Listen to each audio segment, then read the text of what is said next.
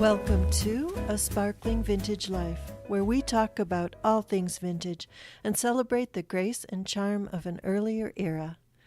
I'm your host, Jennifer Leo, and this episode is about Memorial Day. It's Memorial Day here in the United States, celebrated on the last Monday of May.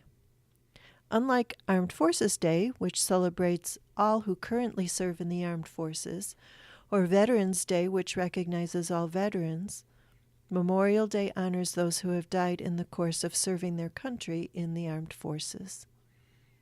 Other countries have similar celebrations, and I'd love to hear about them and how they are celebrated all over the world. But I'm going to speak about the United States because that's the one I'm most familiar with. Several men in my family tree have served in the military, but the only one I know of who died in a war was my grandfather's brother. He was Corporal John F. Lamont of Company F, 132nd Infantry, and he was killed in action on October 9th, 1918 in the Argonne. Those are just facts I discovered while researching my family's history. I wish I knew more about John. Maybe over time I will be able to learn more. His brother was my grandfather Henry, and he died before I was born, and I didn't really know anyone else in that branch of the family to ask. So, I wish I knew more. I wish I knew what John was like, what he looked like, what his personality was like, how he enjoyed spending his time before his life was cruelly snuffed out. Families and friends of the deceased have decorated graves since time, immemorial. But Memorial Day, an official day to honor those who gave their lives in military service, dates from the 1860s, right after the American Civil War. There is some controversy over when and where the first official Memorial Day actually took place, with Columbus, Georgia, Columbus, Missouri, and Waterloo, New York being among the possible launch spots. Newspaper misinformation is blamed for the confusion. 'Twas ever thus. Whatever the origin, on April 26, 1866, the graves of Confederate casualties of the Civil War were decorated with flowers, hence the name Decoration Day. Some Southern women were generous enough to also place flowers on the graves of Union soldiers buried in that region. This gracious gesture made the news, and the custom spread northward. While there, of course, were variations seen across different regions of the country and different towns and cities, a typical Decoration Day celebration included a gathering of the townspeople at the local cemetery, where flowers would be placed on the graves of deceased servicemen. Often these flowers were placed by young girls dressed in white with red and blue sashes. As each serviceman's name was called, a bouquet was placed on his or her grave. There might have been a church service or a parade or a potluck picnic or all of the above. Almost certainly, sometime over the course of the day, a trumpeter would play taps, that sweet, mournful bugle call. Overall, Decoration Day was a solemn event without the joyous and partying overtones of, say, the 4th of July. Today, people still visit cemeteries on Memorial Day. Sometimes there are still public ceremonies, but it seems more common these days to visit a cemetery as a family group or individuals, and many people don't go at all. One tradition that has endured is the wearing of poppies.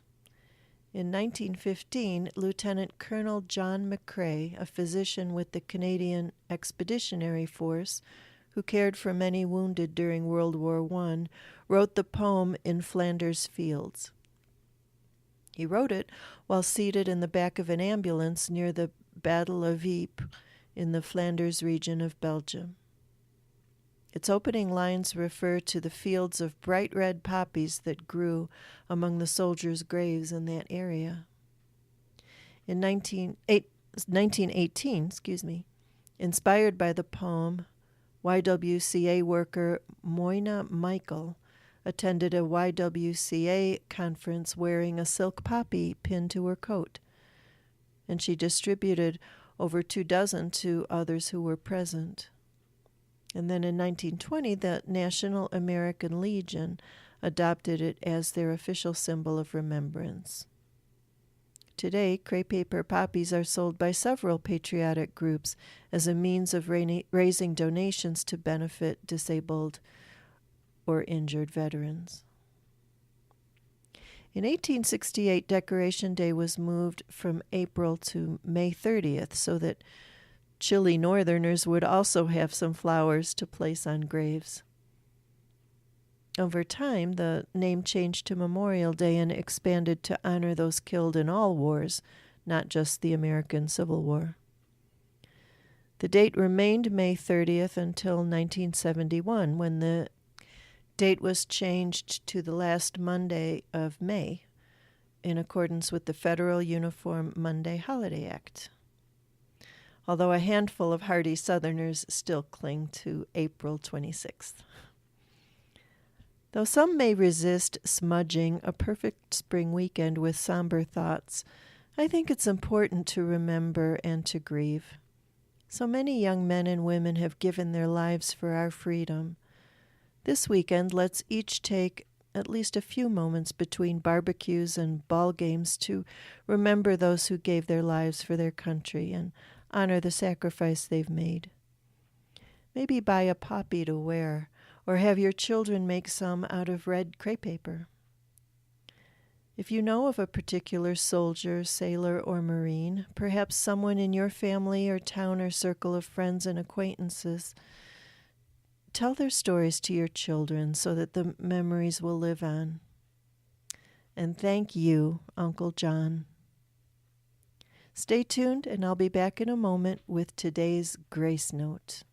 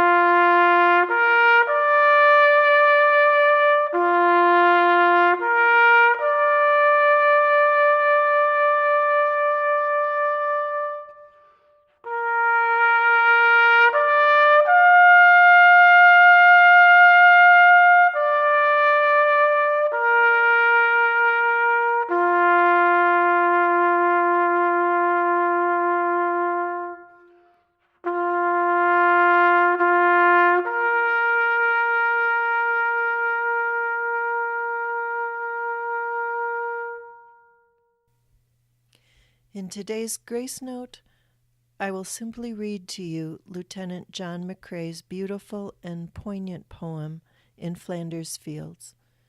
As I do, I ask you to remember all who have given their lives in the service of their country. In Flanders Fields the poppies blow, between the crosses, row on row, that mark our place. And in the sky the larks, still bravely singing, fly, scarce heard amid the guns below. We are the dead. Short days ago we lived, felt dawn, saw sunset glow, loved and were loved, and now we lie in Flanders Fields. Take up our quarrel with the foe. To you from failing hands we throw the torch. Be yours to hold it high. If ye break faith with us who die, we shall not sleep, though poppies grow in Flanders Fields. I'm wishing you a blessed and thoughtful Memorial Day. If you've enjoyed the podcast, I'd appreciate it if you'd visit Google Play or Stitcher or wherever you get your podcasts and leave a review. And also subscribe so that you don't miss any episodes. I'll be putting the show notes at sparklingvintagelife.com/podcast. And also, if you would like to leave me a comment, I would love to receive your email at Jenny, Jenny, at sparklingvintagelife.com. And I'll be back soon to discuss another aspect of a sparkling vintage life.